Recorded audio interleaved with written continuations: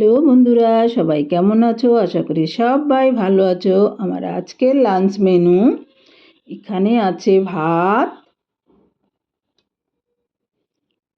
আর এখানে আছে ভেন্ডি আলু ভাজা, আর এখানে আছে বেগুন ভাজা, আর এখানে আছে মটর পনির। বন্ধুরা, এই মটর পনিরটা খেতে অসম্ভব টেস্টি হয়েছিল, দারুণ খেতে হয়েছিল। আর এখানে আছে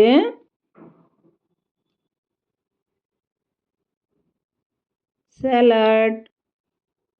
বন্ধুরা, স্যালাড ছাড়া আমাদের খাওয়া অসম্পূর্ণ। আমার আজকের মেনু তোমাদের কেমন লাগলো বন্ধুরা?